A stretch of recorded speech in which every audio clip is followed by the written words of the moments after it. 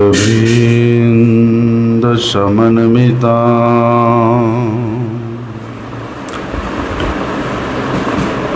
श्रीचैतन्यप्रभु वन्दे नित्यानन्दसहोदितम् श्रीनन्दनन्दनं वन्दे राधिका चरणद्वयम् गोपीजनसमायुक्तं वृन्दावनं मनोहरम् वाञ्छाकल्पतरुभ्यश्च कृपा सिन्धुभ्यैव च पतितानं पावनेभ्यो वैष्णवेभ्यो नमो नमः। नमो महावदन्याय कृष्ण प्रेम प्रदायते कृष्णाय कृष्ण चैतन्य नामिने गौरत्विषे नमः। नमस्ते तुहलग्राम नमस्ते मुसलायुध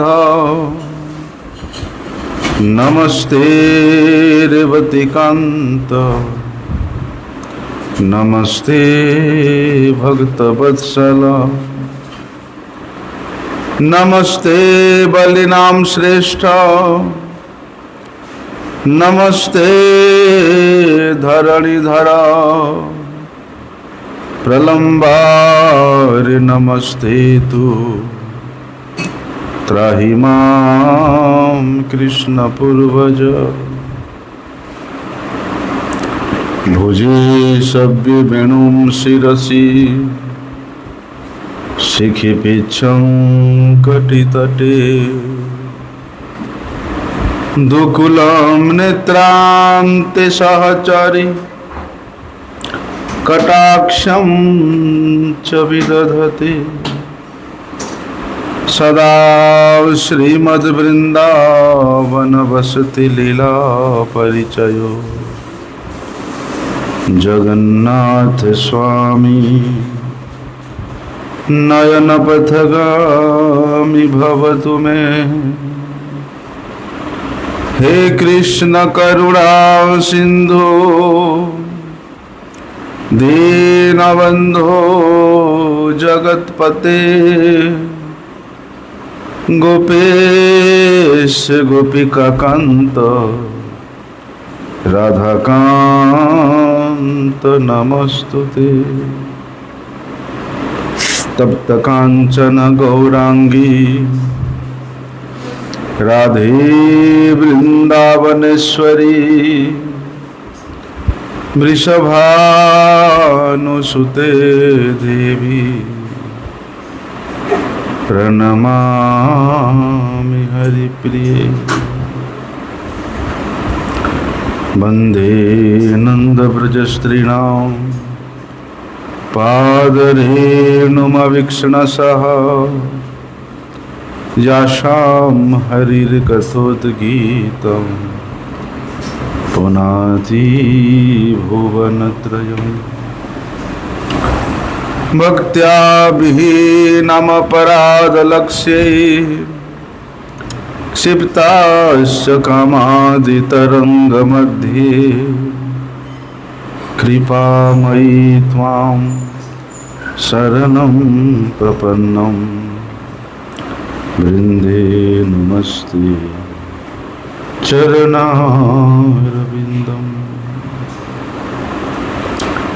पतित पावन परम करुणामय परम आराध्यतम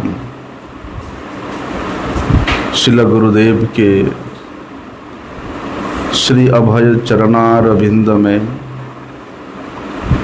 अनंत कोटि साष्टांग दंडवत प्रणाम करते हुए उनकी हेतु की कृपा प्रार्थना करता हूँ।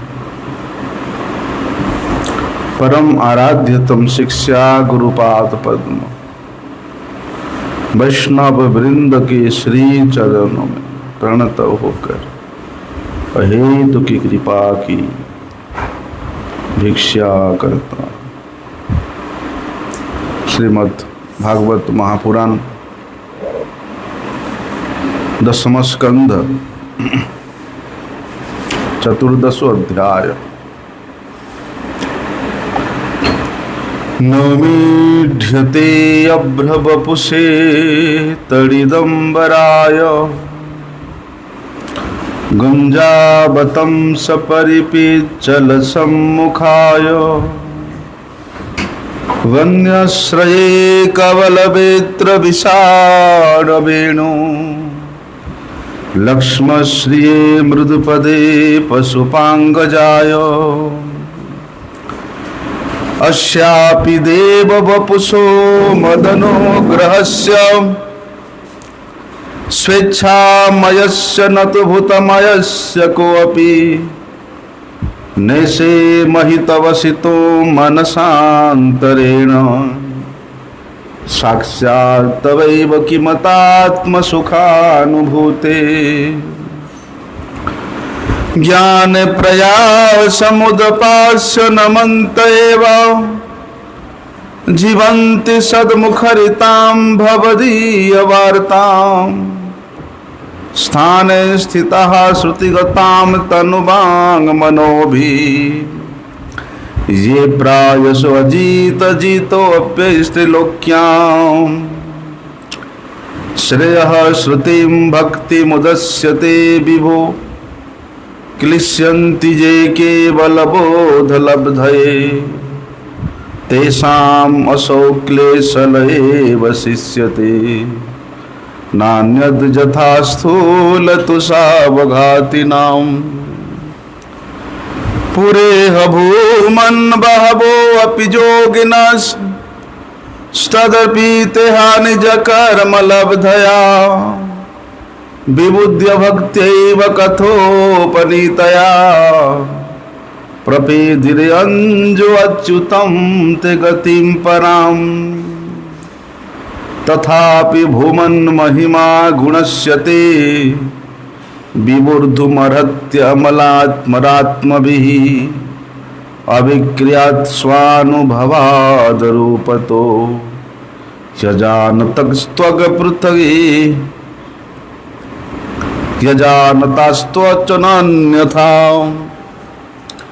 गुणात्मनस्तेऽपि गुणान् विमातुं हितावतीर्नस्य कैशिर्यस्य कालेन यैर्वा विमितः सुकल्पे भूपां सवः खेमेहिकाद्युवास तत्ते अनुकंपां सुसमीक्ष्यमाणो भुञ्जान एवात्मकृतं विपाकम् हृद्वाग् वपुभिर्विदधन् नमस्ते जीवेत जो मुक्ति पदे सदाय भाग पश्यै समय अनार्यम् अनन्तमाद्यै परात्वनि त्वय्यपि महिमायिनी मायां वितत्यम् इक्षितुम् आत्मवैभवम् हि अहं क्रिया निरीक्षमिवार्चिरग्नः। हम लोग आज ब्रह्म स्तुति के 9वां श्लोक को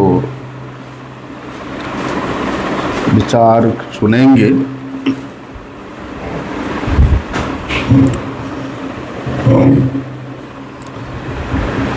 वैसे भगवान अनंत गुणों के सागर है, इसलिए वे भगवान कब किस भाव से कौन सी भक्त को कृपा करने के लिए वे अवतरित होते हैं ये कोई नहीं जान सकता। और भगवान तो अनंत गुण के निधि है, कब किस गुण को प्रकाशित करके वे प्रकट होंगे वो भी कोई नहीं जान सकता। क्योंकि देखो, जगत में अनंत जीव है और अनंत जीवों का भाव भी सबका अलग अलग भाव है, एक भाव नहीं, अनंत प्रकार के भाव है। और प्रत्येक जीव अपने अपने कर्मफल के अनुसार इस संसार में जिस प्रकार का व्यवस्था होता है, उस व्यवस्था के अनुसार ही उनका स्थिति भी होता है। सबका स्थिति भी एक जैसा नहीं होता, सबका भाव भी एक जैसा नहीं होता, और सबका कर्म भी एक जैसा नहीं होता। तो देखो, उन अनंत भावों के आविष्ट अनंत जीवों के प्रति कृपा करने के लिए भगवान कितनी करुणा, कितनी भक्त वात्सल्यता उनमें है कि अपने अनंत गुणों को प्रकाशित करके अनंत रूपों में उन अनंत जीवों के भावों के वशीभूत होकर उनको कृपा करते हैं। कल्पना भी नहीं कर सकते हो, हैं? कौन कह सकता है ये? इसलिए भगवान चलो, ये जगत तो एक के सीमाबद्ध है, यहां एक सीमा है, इतना से यहां तक है, लेकिन भगवान तो असीम है। वो असीम होते हुए भी ये सीमाबद्ध जगत में अवतीर्ण होकर के अपने असीम गुणों को प्रकाशित करते हुए वे अपनों को कृपा करते हैं, अपनों को कृतार्थ करते हैं। अपने मतलब बोलते उनके अनंत भक्त अपने अनंत भावों से भावुक होकर के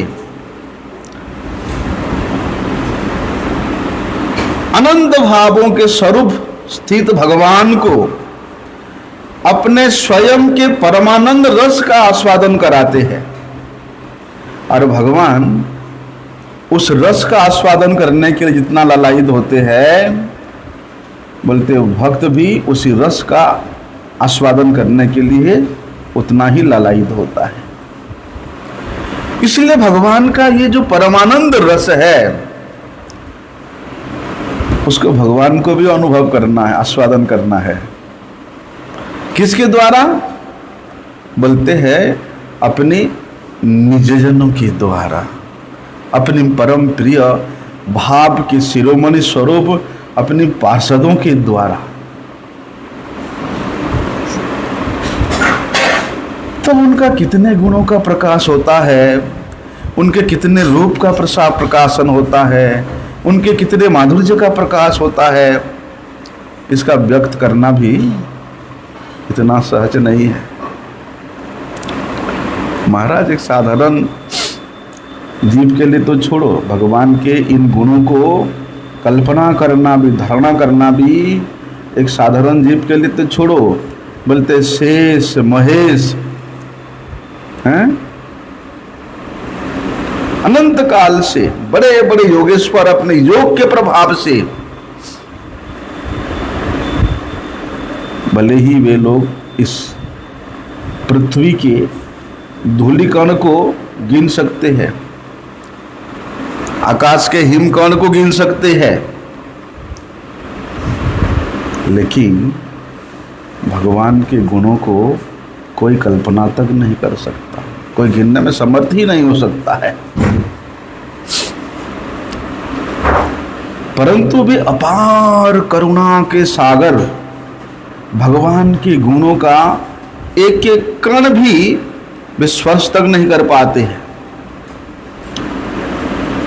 इसलिए भगवान के ये जो कारुण्यता गुण है, ये जो भक्त वात्सल्यता गुण है, महाराज इसको कौन विचार कर सकता है, कौन कल्पना कर सकता है। साधारण लोग सोचते हैं भगवान तो सत्व निधि है, इसलिए सत्व गुण का कुछ प्रभाव के कारण उनके करुणा का प्रकाश होता है। नहीं, भगवान तो 3 गुणों से परे है। और ये जो भक्त वात्सल्यता गुण है, भगवान की जो करुणामृत गुण है, ये तो भगवान के स्वाभाविक गुण है, उनके स्वरूपगत गुण है। किसी गुण के, किसी प्रकृतिस्थ गुण के स्थिति को ग्रहण करके नहीं हुआ है। इसलिए भगवान हमेशा प्राकृत गुणों से रहित है। उद्धव जी को इस बात बताते हैं भगवान कि माम भजन्त्य गुणः सर्वे निर्गुणम निर्विशेषकम, लेकिन सुहृदम सर्वभूतानां स्वस्यादयो गुणः स्वया। भले ही मैं इस प्राकृत गुणों से रहित हूं, लेकिन भले ही मैं निर्विकार हूं, भले ही मैं निर्गुण हूं, लेकिन मैं जीवों का परम सुहृद हूं। किस प्रकार से निर्गुण है? बोलते प्राकृत गुणों से रहित है, प्राकृत रूप से रहित है।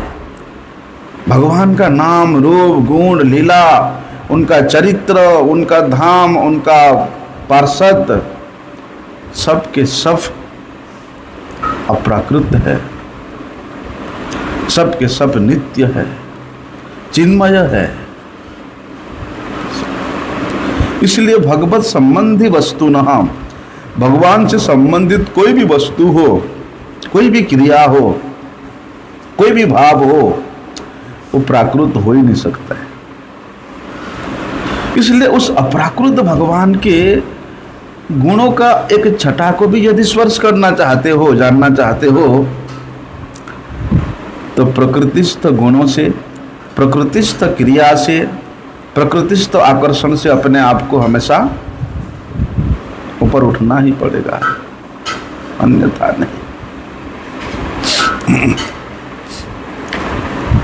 क्योंकि भैया ये संसार में जीव अपने अपने कर्मफल के अनुसार कितने जन्मों से भटक रहे हैं, बार बार आते हैं, बार बार मृत्यु को प्राप्त करते हैं, बार बार पुनः। इसलिए अपना अपना कर्मफल, जन्म, मृत्यु, जरा, व्याधि, ये जो शोक, मोह, दुख, दुर्दशा है, बोलते इसको जीव अपने अपने कर्मों के अनुसार भोग करता है, और भोग करने के लिए उसको कंपलसरी है, भोग करना ही पड़ेगा।